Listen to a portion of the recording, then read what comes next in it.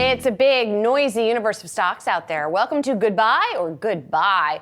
Our goal to help cut through that noise to navigate the best moves for your portfolio. Today we're examining the foundation of two giants in the home improvement sector.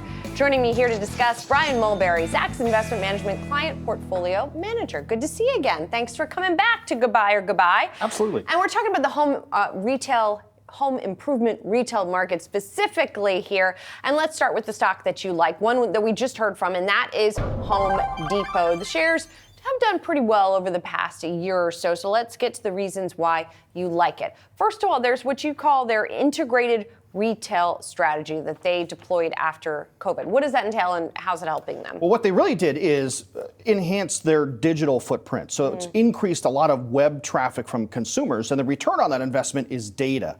And so what that does is it allows Home Depot to actually capture more wallet share from consumers because they know more about what consumers are interested in. So that investment has proven to be very profitable, helped them control costs and stay ahead of trends. And then also perhaps it's helped them, if they're better understanding what customers need. One of the things that customers need is contractors to do the projects that they want to do and hopefully buy the stuff at Home Depot. Precisely. So inventory management has been a critical part of their cost controls. And so knowing where consumers are trending and what projects are popular has helped them maintain better margins by having the right inventory in stock to complete projects. So also joining customers with contractors to get that work done has proven to be a very valuable strategy for the stock as well. Yeah, and that kind of brings us to the third part of what you're looking at, which is the pro market, right? And that has been a really interesting growth driver for them. It really has. And they've made a couple of key acquisitions recently where they actually now have access to very customizable finishing products, whether it's landscaping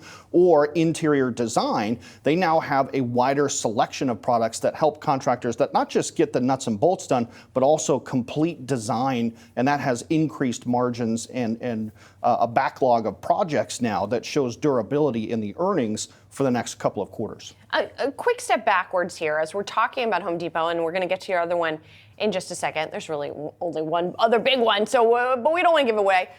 How does Home Depot and what's happening right now kind of fit in with what's going on in the housing market, right? Where we are seeing kind of a freeze in some areas because of where we're seeing rates. Well, no question. I mean, a few years ago, a lot of people were able to refinance their mortgage at 3% or maybe even a little bit less. That's anchoring those homeowners to those properties. They're going to stay there a lot longer because they have such a low rate on their mortgage at this point. So they're looking to really spruce up, take advantage of some of the equity increases that they've had in that house, and then make it more livable or maybe even completely new because they know they're going to be there for a lot longer than they may have already originally planned. So let's talk about the risk then potentially for Home Depot. And that's what we're seeing, some weakness creep into big ticket discretionary sales, durable goods, for example, fridges and stuff like that. Yeah, absolutely. Appliances, TVs, things of that nature. And that has, crept in a little bit into Home Depot's life where they've seen a little bit slower sales in those big ticket discretionary areas. If that were to continue, then it could be a worrying trend for the stock over the next couple of quarters. Retail sales coming out this morning, flat, not bad, but you're definitely starting to see customers be a little bit more thrifty in what they're buying. If there is an uptick in home sales, what does that mean for Home Depot? I think it's good either way. As people buy properties, they want to tend to make them their own. And so you'll see, I think, a pretty level set in terms of orders and order flow, and Home Depot tends to benefit either way, even if there is greater turnover in the housing market. Any position in Home Depot? Yes, we have it in several different of our portfolios. ZECP, our ETF, it's one of the principal holdings in there because of the consistency of the set of returns that we see from this point going forward.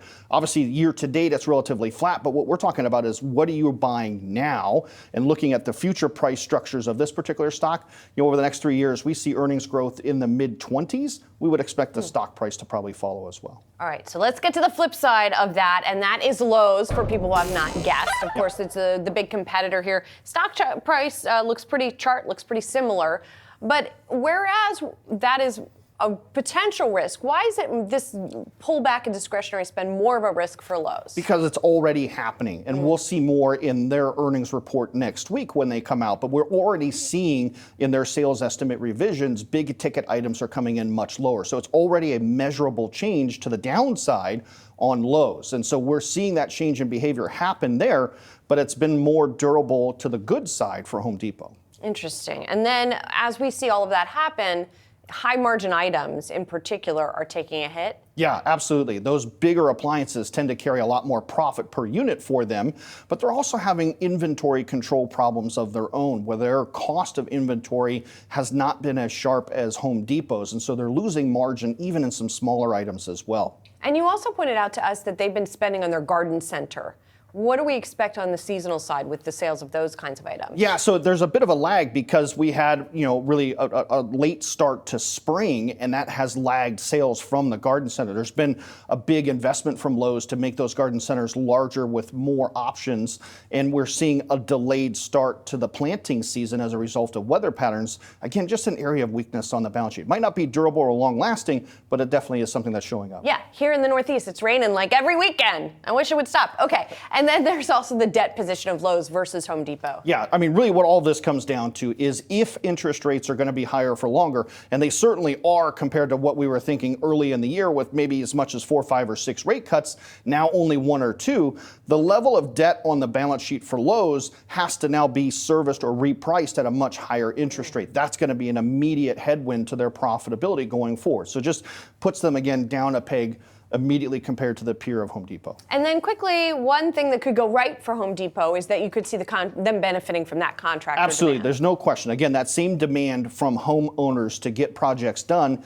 is benefiting Lowe's as well. And to be perfectly candid, some of the backlog of orders at Home Depot is benefiting Lowe's as well, where contractors are going, where they can actually still get first priority in terms of placement and getting jobs done. It's benefiting Lowe's as well. And do you have any position in Lowe's, or just smaller than in Home Depot? We do not have a position in Lowe's. Got it. All right, Brian, thank you. Let's summarize what you're telling folks here. You recommend buying Home Depot. It sees benefits from its integrated retail strategy, the ability to add on to margins, and making strides in capturing the professional contractor market. On the other side, you say avoid Lowe's because consumers are pulling back on larger discretionary items. That's hurting them more. The loss of sales in those high margin items is then hitting earnings, and it also has a bigger debt burden on its balance sheet than does Home Depot. Thanks so much for being here, Brian. Good to see you again. Thank you. And thank you for watching Goodbye or Goodbye. We'll be bringing you new episodes 3 times a week at 3:30 p.m. Eastern.